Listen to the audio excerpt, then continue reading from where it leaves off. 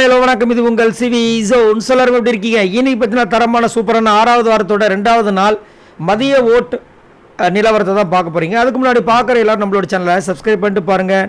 நிறைய பேர் கிட்டத்தட்ட அதாவது 10,000 பேர் இந்த வீடியோவை பார்க்குறீங்க அப்படின்னா 5,000 பேர் 6,000 பேர் சப்ஸ்கிரைப் பண்ணாமே பார்க்குறீங்க. தயவு செஞ்சு வந்து சப்ஸ்கிரைப் பட்டனை மட்டும் பண்ணிட்டீங்கன்னா ரொம்ப சந்தோஷமாக இருக்கும். அதை பண்ணிவிட்டு பாருங்கள், லைக் பண்ணுங்கள், ஹைப் பண்ணுங்கள். இப்போ வாங்க இந்த வீடியோக்குள்ளே போகலாம். ஸோ அதுக்கு முன்னாடி பார்த்தீங்கன்னா இப்போ கரண்ட்டாக லைவில் பார்த்தீங்கன்னா எல்லோரும் ஜாலியாக பாட்டு பாடி டான்ஸ் பண்ணிகிட்டு இருக்காங்க. அதில் விஜய் பார்வதி டான்ஸ் பண்ணிகிட்டு இருக்காங்க. கண்ணு அவ்வளோ பெருசாக வீங்கிருக்கு, தண்ணி வந்துக்கிட்டே இருக்குது, மேலேயும் வீங்கிருக்கு, கீழே வீங்கிருக்கு.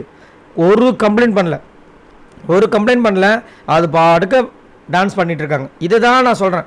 விஜய் பார்வதி இப்படி இருக்கிற பொண்ணை எப்படி வந்து சபரியால் வந்துட்டு அந்த மாதிரி முட்டியில் அடிக்கணும்னு தோணுச்சு. ஏன்னா சபரி வந்து உண்மையிலேயே பண்ணியிருக்காரு, அதை வந்து தெரிஞ்சு தான் பண்ணியிருக்காரு. கண்டிப்பாக வந்து ஒரு குறும்படமாக வர்றதுக்கு வாய்ப்பு இருக்குன்ற மாதிரி தான் தோணுது. ஏன்னா அவர் வந்து அதை முடிச்சுட்டு வரும்போது கொஞ்சம் கூட பதட்டமே இல்லை.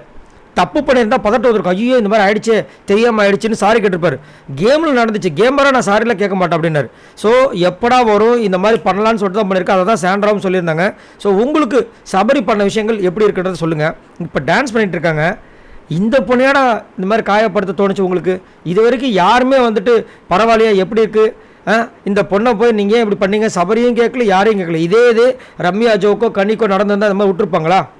இதை பற்றிலாம் உங்களோட வியூ என்ன இருக்குன்றதை சொல்லுங்கள். இப்போ வாங்க நல்ல சைஸ் வீடியோ கூட போகலாம். ஃபர்ஸ்ட் பிளேஸில் யாருக்கு அப்படி பார்த்தீங்கன்னா நம்மளுடைய சாண்ட்ரா இருக்காங்க.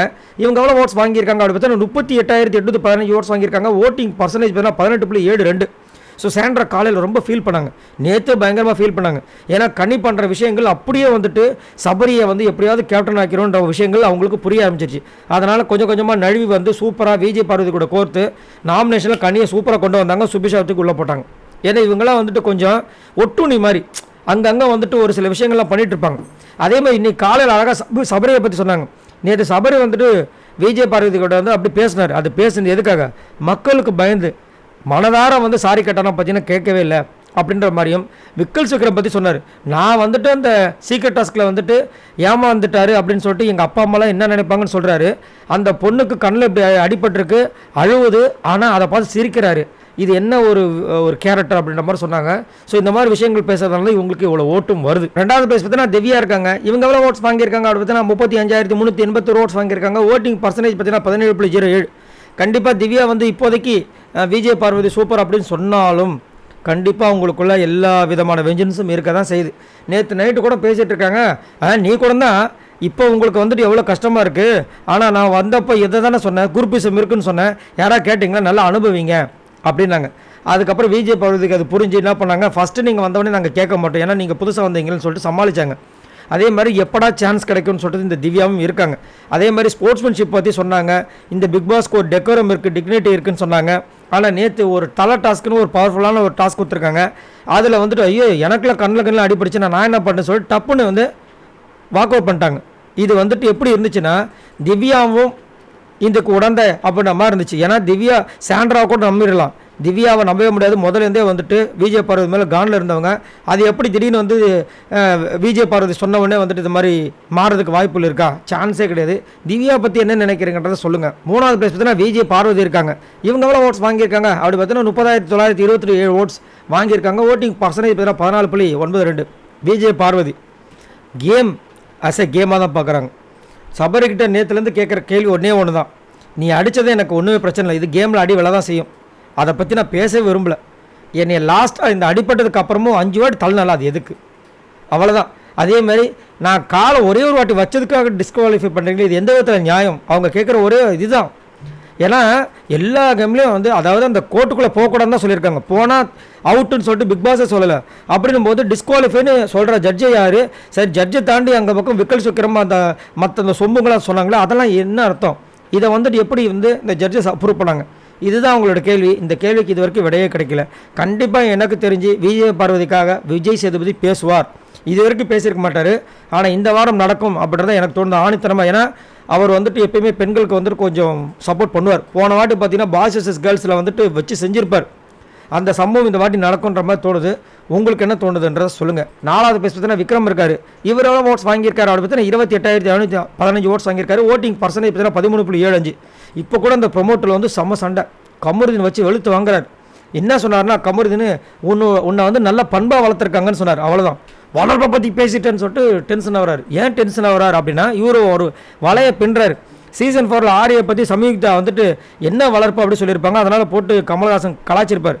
அந்த மாதிரி ஒரு வளர்ப்பு அந்த இதை வச்சு பின்னிடலாம், அப்போ கமருதீனை வச்சு செஞ்சிடலாம் விஜய் சேதுபதி எபிசோடில் அப்படின்னு சொல்லிட்டு ஒரு விஷயத்த பண்ணுறாரு. அதே மாதிரி சொல்கிறாரு, இதுக்கப்புறம் நான் பொறுமையாக இருக்க மாட்டேன், வச்சு செஞ்சிருவேன்னு. யாரா? விஜய் பார்வதியை. உங்களுடைய வீரத்தை விஜய் பார்வதி கிட்ட மட்டும்தான் காட்ட முடியுமா? ஏன் மற்றவங்ககிட்ட காட்ட முடியாத கேட்டால் அவங்களாம் வந்து வச்சு செஞ்சிருவாங்கல்ல. இதெல்லாம் என்ன ஒரு மேனரிசம் சத்தியமாக எனக்கு புரியல. அது மட்டும் இல்லாமல் ஒரு டாஸ்க் பிக் பாஸ் கொடுக்குறாரு, தைரியம் தான் பண்ணுங்கன்றாரு, தைரியமெல்லாம் வச்சுட்டு போகிறாரு. சாண்ட்ரா கிட்ட தோத்துட்டுன்னு சொல்லிட்டு அங்கே ஃபீல் பண்ணி அழுகுறாரு, எங்கள் வீட்டில் எங்கள் அப்பா அம்மாலாம் என்ன நினைப்பாங்கன்னு. இப்போ நீங்கள் பண்ணுற செயலெலாம் வந்து வீட்டில் இருக்கவங்களாம் சந்தோஷப்படுவாங்கன்னு நினைக்கிறீங்க? வாய்ப்பே கிடையாது.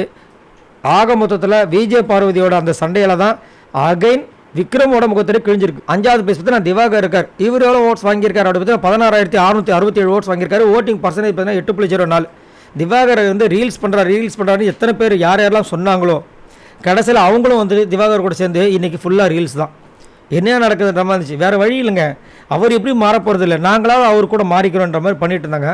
பார்க்குறதுக்கே கொஞ்சம் ஃபன்னியாக இருந்துச்சு. அதுலேயும் அமித் ப்ரோ வந்துட்டு கையப்பிடிச்சி வீத்தியா அந்த பொண்ணை, என்ன கையப்பிடிச்சி வீத்தியா, இந்த ஒரு காமெடியை போட்டு அட்டகாசம் பண்ணியிருந்தாங்க. ஆனாலும் திவாகர் இன்னுமே அந்த பெண்கள் கூட பேசுகிற விஷயங்களை ரொம்ப பாதுகாப்பாக இருக்கணும்.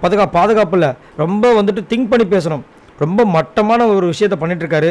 அது ரொம்ப கேவலமாக இருக்குது. அதை திவாகர் பண்ணாமல் இருக்கிறது நல்லது. 6வது பிளேஸ் தான் வியானா இருக்காங்க. இவங்க எவ்வளோ ஓட்ஸ் வாங்கியிருக்காங்க அப்படி பார்த்தீங்கன்னா 14,580 ஓட்ஸ் வாங்கியிருக்காங்க. ஓட்டிங் பர்சன்டேஜ் பார்த்தீங்கன்னா 7.03. வியானா பயங்கரமான ஆள்.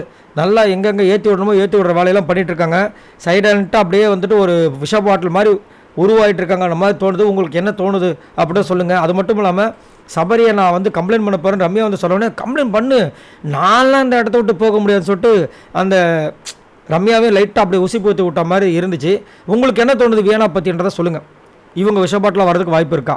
7வது பிளேஸ் பார்த்தீங்கன்னா சர்ப்ரைசிங்காக அரோரா வந்திருக்காங்க. என்னங்க சொல்கிறீங்கன்னா வந்திருக்காங்களே. இவங்க எவ்வளோ ஓட்ஸ் வாங்கியிருக்காங்க அப்படி பார்த்தீங்கன்னா 11,812 ஓட்ஸ் வாங்கியிருக்காங்க. ஓட்டிங் பர்சன்டேஜ் பார்த்தீங்கன்னா 5.7. அரோரா தான் இந்த வாரம் போயிடுவாங்கன்னு சொல்லிட்டு எல்லாருமே நினச்சிருப்பீங்க. அது போன வாரம். இப்போ இந்த வாரம் என்னென்னா அவங்களுக்கு அடுத்தபடியாக ஒரு சில பேரில் உள்ளே வந்ததுனால இதுதான் சான்ஸ்ன்னு சொல்லிட்டு மக்கள் வந்து கொந்தளிச்சு போயிருக்காங்க. அதுவும் இல்லாமல் அரோரா நேற்று நானே வெளியே போயிடுறேன், என்னால் முடியல, என்னால் தான் துஷார் போனோம் அப்படின்னு கதறி அழுதாலும் ஒருவேளை அழுததுனால தான் ஓட்ட போட்டாங்களான்னு தெரியல. இப்போ 7வது பிளேஸில் இருக்காங்க. 8வது பிளேஸ் பார்த்தீங்கன்னா கனி வந்துட்டாங்க. என்னங்க சொல்கிறீங்க, கனியக்காவா, சோறு போட்ட கனியா? இவங்க எவ்வளோ ஓட்ஸ் வாங்கியிருக்காங்க அப்படி பார்த்தீங்கன்னா 11,106 ஓட்ஸ் வாங்கியிருக்காங்க. ஓட்டிங் பர்சன்டேஜ் பார்த்தீங்கன்னா 5.36. சோறு சோறு சோறு இவங்களுக்கு தெரிஞ்ச விஷயங்கள் அது மட்டும் தான், சாப்பிட்றதில்ல, சமைச்சு கொடுக்குறது. அதை வச்சு இந்த பிக் பாஸ் வீட்டில் 100-106 நாள் ஓட்டிடலாம்னு நினச்சாங்க. பட் அதுக்கு ஒரு ஆப்பு அடிக்கிறதுக்கு தான் விஜய் பார்வதி நான் கேப்டன் ஆனால் இவங்களை தூக்கி மாற்றிடுவேன்னாங்க. பட் சபரி வந்துட்டார். சபரி வந்தால் என்ன பண்ணுவார் தெரியும்ல, கனியை தூக்கி சாப்பாடு இதுக்கு போட்டார். இப்போது இந்த பிக் பாஸ் வீட்டுக்குள்ளே கனி இது வரைக்கும் என்ன படிங்க கனி, நான் நல்லா எல்லாருக்கும் சோறு ஆக்கி போட்டிருக்கேன் சார், அது ஒன்றும் நல்ல விஷயம் தானே அப்படின்னு நினச்சிங்கன்னா நிறைய பேர் இவங்களை நாமினேட் பண்ணாததுக்கு காரணமே அதுதான், சண்டை போடாததுக்கு காரணம் அதுதான், குற்றம் சொல்லாததுக்கு காரணம் அதுதான். சோறு போட்டவங்க அவங்கள போய் என்னங்க நாங்கள் பேசுறதுன்னு ஒரு எமோஷனல் பிளாக்மெயிலை கிரியேட் பண்ணி வச்சுருக்காங்க இந்த கனி. இதை தான் முதல்ல விஜய் பார்வதி சொல்கிறாங்க, நம்பலை. பட் நேற்று வந்து சாண்ட்ரா பிரஜன் எல்லாருமே புரிஞ்சுக்கிட்டாங்க. 9வது பிளேஸ் பார்த்தீங்கன்னா சுபிக்ஷா இருக்காங்க. இவங்க எவ்வளோ ஓட்ஸ் வாங்கியிருக்காங்க அப்படின்னு 10,728 ஓட்ஸ் வாங்கியிருக்காங்க. ஓட்டிங் பர்சன்டேஜ் பார்த்தீங்கன்னா 5.17. ஸோ கண்டிப்பாக சுபிக்ஷாவோட முகத்திலேயே நல்லாவே கிழிய ஆரம்பிச்சிருச்சு. நேற்று சாண்ட்ரா கிட்ட அவங்க பேசும்போது எனக்கு பக்குன்னு இருந்துச்சு, என்னடே இது அப்படின்ட்டு. இன்றைக்கி காலையில் பார்த்தீங்கன்னா திடீர்னு சுபிக்ஷா போயிட்டு இந்த ரம்யாவை பற்றி ஏதோ ஒரு சில விஷயங்கள்லாம் போட்டு கொடுத்துட்டாங்க போல இருக்குது. அதுவும் இல்லாமல் ஒரு பெரிய ஒரு விஷயத்தை வந்துட்டு விஜய் சேதுபதி எபிசோடில் தான் கேட்கணும், கானா வினோத் எங்ககிட்ட வந்து கெட்டவாத பேசிட்டார்ன்ற மாதிரி ஒரு பெரிய ஒரு விஷயத்தையும் வர கிளப்பி விட்டுட்டுருக்காங்க. என்ன நடக்க போகுதுன்னு தெரியல. லாஸ்ட்டாக பார்த்தீங்கன்னா ரம்யா இருக்காங்க. இவங்க எவ்வளோ ஓட்ஸ் வாங்கியிருக்காங்க அப்படி பார்த்தா 8,792 ஓட்ஸ் வாங்கியிருக்காங்க. ஓட்டிங் பர்சன்டேஜ் பார்த்தீங்கன்னா 4.24. ஸோ இந்த வாரம் வந்துட்டு ரம்யா தான் ஓகே ஆக போகிறாங்க போல இருக்குது. ஆனால் திடீர்னு பார்த்தா நான் சபரியை வந்துட்டு விஜய் சேதுபதி எபிசோடில் வந்துட்டு கம்ப்ளைண்ட் பண்ண போகிறேன்றாங்க. ஏமா உங்கள் அண்ணம்மா நேற்று அண்ணன் ஒன்றான்ட்டு என்னைய வந்துட்டு அவர் தான் வந்து கிச்சன் டீமில் போட்டார், இப்போ திடீர்னு பார்த்தா கிச்சன் டீமில் வந்து மாற்ற போகிறேன்றாரு, இவர் ஆட்டுறதுக்கு நான் என்ன பொம்மையா அப்படின்ற மாதிரி பொங்குறாங்க. என்னடா ஒன்றுமே புரியலையப்பான்ற மாதிரி இருக்குது. எனக்கு என்ன தோணுதுன்னா சபரிக்கு எப்படியோ இந்த வாரம் டோஸ் உள்ள போகுது, கூடயே இருந்தானே நம்மளுக்கு சேர்ந்து விழும்.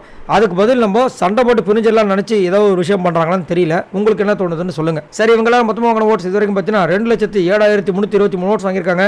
ஸோ இந்த வாரம் யார் வெளியே போகணும்னு நினைக்கிறீங்க? அது மட்டும் இல்லாமல் இந்த வாரம் டபுள் எஃபிஷன் வேணுமா, சிங்கிள் எஃபிஷன் வேணுமா? மறக்காம கமெண்ட்ஸ் பண்ணுங்கள். பாய் நண்பர்களே.